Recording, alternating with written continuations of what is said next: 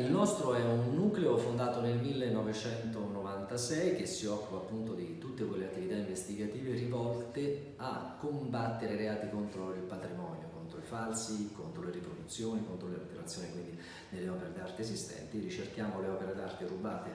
e quindi anche quelle contraffatte e ci occupiamo di tutto quello che è il discorso dei vincoli paesaggistici, le notifiche, i vincoli fino ad arrivare ai reperti archeologici. Ovviamente la nostra attività si sviluppa anche in collaborazione soprattutto con l'Arma Territoriale, con gli elicotteristi, con i subacquei, perché spesso e volentieri facciamo anche dei sorvoli sulle aree notificate, oppure con i subacquei quando andiamo a vedere quei siti archeologici marini presenti nel nostro territorio.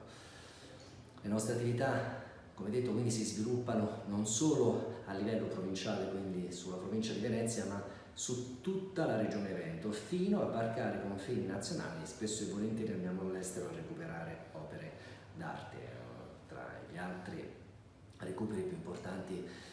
poco tempo fa sono state restituite all'Archivio dello Stato delle pagine miniate, abbiamo ritrovato opere d'arte che erano sparite nel corso degli anni, erano andate all'estero, in altre aste o in altre case private. Quindi diciamo la nostra attività è sviluppata marcatamente sull'aspetto culturale e patrimoniale del nostro immenso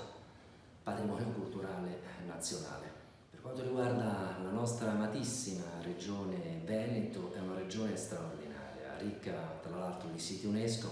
ma soprattutto quello che sorprende in maniera favorevole e positiva è l'aspetto familiare, la vicinanza e il servizio di prossimità che addirittura il cittadino offre a noi forze dell'ordine. Io ribadisco sempre un concetto fondamentale: noi facciamo tanti recuperi, è vero, per la professionalità dei ragazzi,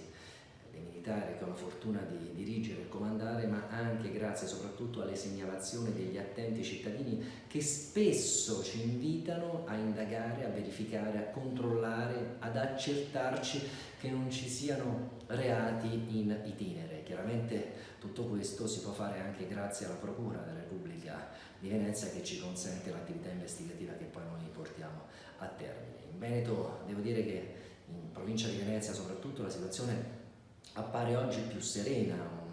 anche da un punto di vista dei reati contro il patrimonio, proprio in virtù delle segnalazioni che spesso e volentieri arrivano dai cittadini, che sono molto attenti a curare la loro città, questo bisogna riconoscerlo, e anche perché fare un furto a Venezia rimane sempre più complicato, non fosse altro per quello che vai a portare via e per i trasporti che lo stesso ti imporrebbe di fare. Insomma, siamo in un'isola, siamo una